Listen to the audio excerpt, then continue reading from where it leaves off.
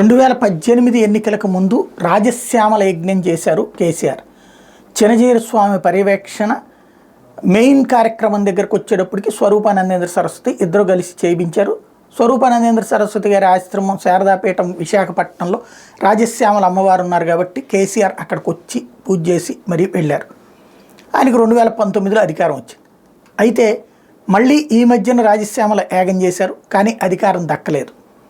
మరొక వైపును చూసుకుంటే చంద్రబాబు నాయుడు ఈ మధ్యనే రాజశ్యామల యాగం చేశారు తన ఇంట్లో. ఇప్పుడు ఈ దఫా జగన్మోహన్ రెడ్డి 2019 ఎన్నికలకు ముందు రాజశ్యామల యాగం చేశారు, స్వరూపానందేంద్ర సరస్వతి నిర్వహింపజేశారు. తర్వాత ఆయన అధికారంలోకి వచ్చారు.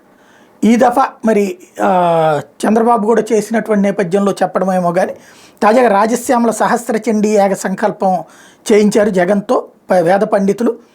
ఆ యాగం ప్రారంభం అవుతోంది.